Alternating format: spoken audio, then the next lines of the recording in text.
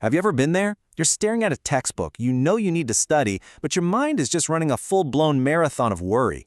If that sounds familiar, you're in the right place. We are about to break down that overwhelming feeling of exam stress and give you some real tools to get your focus back. So here's our game plan. First, we'll talk about what this mental treadmill actually is. Then, we're going to dig into why we get stuck on it in the first place. After that, we'll open up an action toolkit to help you get off. And finally, we'll learn how to zero in on the present moment and just breathe. All right, let's dive into part 1, the mental treadmill. You know the feeling, you are so busy worrying, but you're making absolutely zero progress. I think we've all been here, right? It's that non-stop loop of what-if questions. What if I forget everything? What if I don't have enough time? What if I just completely fail? Your mind just gets caught, spinning on the same track over and over again. This quote just hits the nail on the head, doesn't it? All that mental energy, all that activity, it feels like you're working so hard. It is absolutely exhausting. But the thing is, it doesn't move you a single inch closer to being ready for that exam. It just completely drains you. Okay, so why do our brains even do this to us? Why do we hop on this treadmill in the first place? In this next section, we're going to explore that cycle of stress and worry to really understand what's going on under the hood. You know, it's really important to get this straight. Overthinking isn't some kind of character flaw. It's actually your brain's protective instinct, just gone haywire. It's trying to shield you from failure, but in the process, it gets stuck in this high-speed loop of anxiety. So, there's a huge difference between thinking that helps and thinking that hurts. Healthy reflection is productive. It asks questions you can actually answer, like, how can I make my study method a little better? But harmful rumination? That's when you get stuck on those big, scary outcomes you have absolutely no control over. So, how do you know if you're stuck on the treadmill?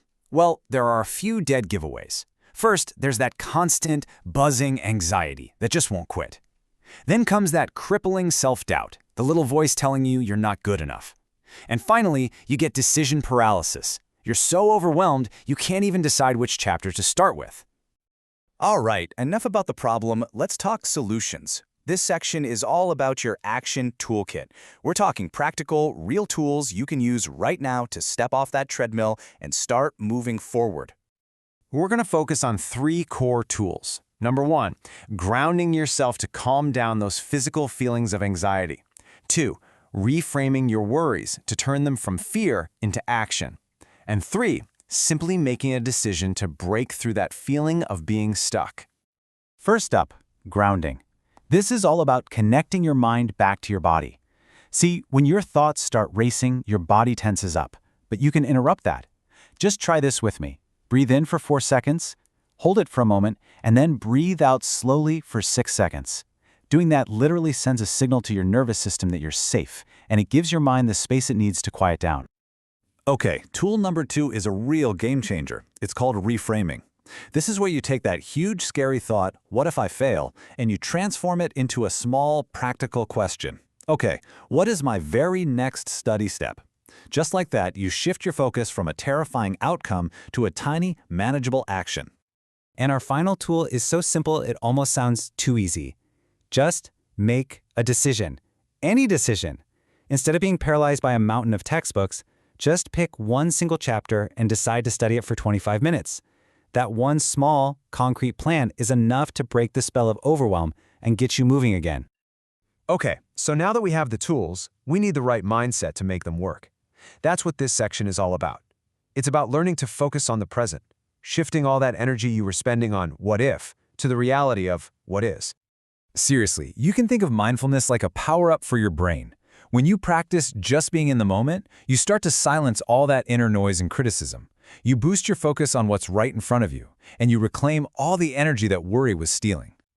All right, let's bring this all home. Our final section ties everything together. It's called Let Go and Breathe, and it's how you take back control for good.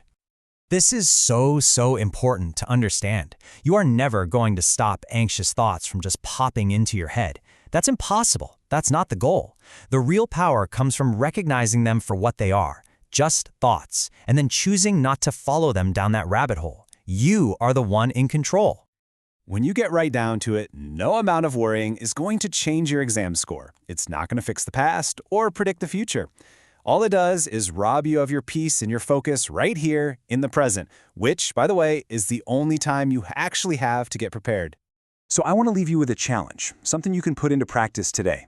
Think about one of those worries that keeps popping up about your exams. How can you take it from a big, scary what if and reframe it into a what's my next step? What is that one worry you're going to choose to reframe today?